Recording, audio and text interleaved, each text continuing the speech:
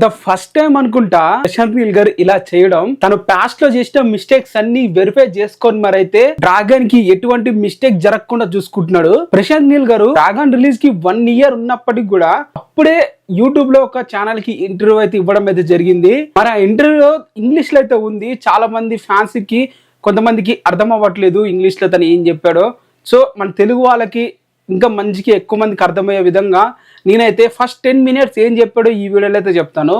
And మిగతావి 4 parts అయితే వస్తాయి. ఎందుకంటే 50 minutes ఉంది. అది మొత్తం అన్ని ఒకే వీడియోలో చేస్తే దాదాపు 20 minutes వెళ్ళిపోతుంది. సో చూసే వాళ్ళు కొంచెం బోర్ కొట్టొచ్చు. సో అందుకోసం అని చెప్పి ఫస్ట్ 10 minutes వాళ్ళు ఏం డిస్కస్ చేశారు అండ్ ఏ పాయింట్స్ కవర్ చేశారు ఈ వీడియోలో తెలుసుకుందాం. ఫస్ట్ క్వశ్చన్, ఇంటర్వ్యూ అడిగిన దాన్ని చూస్తే ప్రశాంత్ నీల్ గారు నేను అయితే అడుగుతున్నారు, మీరు సలార్ మూవీ టీజర్ ని 5:12 AM కి రిలీజ్ అయితే చేశారు. మార్నింగ్ July 8th మీరు రిలీజ్ చేసినప్పుడు ఒక ఫ్యాన్ థియరీ అయితే ఎక్కువగా ఉండేది. అది ఏంటంటే అదే డేట్ July 8 12 AM కి KGF 2 లో రాకీ బాయ్ వచ్చి షిప్ లో అయితే మునిగిపోతాడు. సో మీరు దాన్ని ఉద్దేశించుకొని ఎగ్జాక్ట్ గా టైం ప్రకారమే ఆ టీజర్ రిలీజ్ చేశారా? అండ్ ఇప్పుడు డ్రాగన్ కూడా ఫస్ట్ గ్లిమ్స్ వచ్చేసి జూనియర్ ఎన్టీఆర్ గారి బర్త్డే ఉందని చెప్పి ముందు రిలీజ్ చేస్తున్నారా?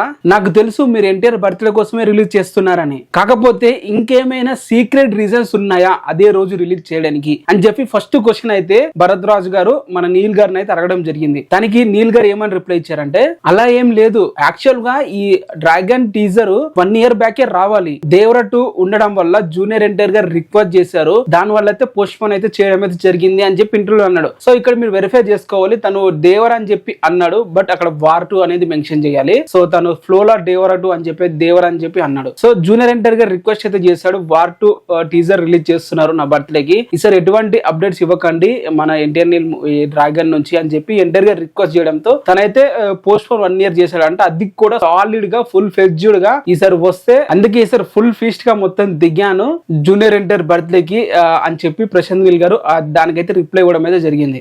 ఓన్లీ జూనియర్ ఎన్టీఆర్ గారి బర్త్డే కోసం మాత్రమే ఈ రోజు అయితే రిలీజ్ అయితే చేశాను అని చెప్పి మరొకసారి తన ఫ్యానిజన్ అయితే నిరూపించుకున్నాడు. ఇది ఫస్ట్ క్వశ్చన్. ఇలాంటి క్వశ్చన్స్ చాలా ఉన్నాయి. ప్రతి ఒక్కటి కూడా ఒకటే వీడియోలో కవర్ చేయాలా లేదా డిఫరెంట్ వీడియోలు చేయాలా కింద కామెంట్ అయితే చేయండి. భరద్వాజ్ గారు ప్రశాంత్ నీల్ గారిని సెకండ్ క్వశ్చన్ ఇదైతే అడిగారు.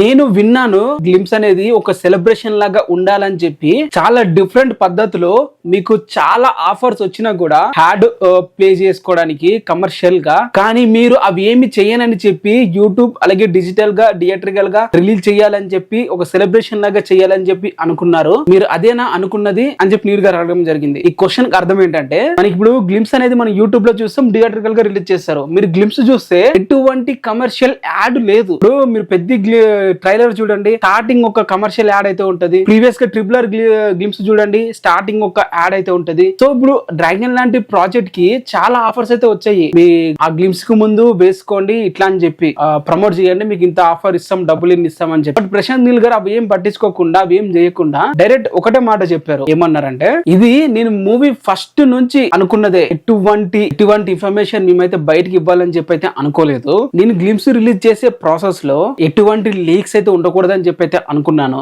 నేను గ్లిమ్స్ లో స్టోరీ చెప్పాలని చెప్పి అనుకుంటున్నాను. జనాలు ఆడియన్స్ ఆ స్టోరీ వినాలని చెప్పి అయితే అనుకుంటున్నారు. వాటి మధ్యలో నిన్ను యాడ్ తీసుకొచ్చి వాళ్ళకి నేనైతే మోసం అయితే చేయను, మిస్లీడ్ అయితే చేయను. అసెంటికల్ గా ఒక డ్రాగన్ మాత్రమే కనిపించాలి, ఒక గ్లిమ్స్ స్టోరీ ఆ కథ మాత్రమే తెలియాలి అని చెప్పి అయితే ప్రాక్టికల్ గా కావాలనే ఉద్దేశించి మరి నేనైతే ఎటువంటి కమర్షియల్ యాడ్ అయితే పెట్టలేదు అని చెప్పి ప్రశాంత్ నీల్ గారు రిప్లై ఇచ్చారు.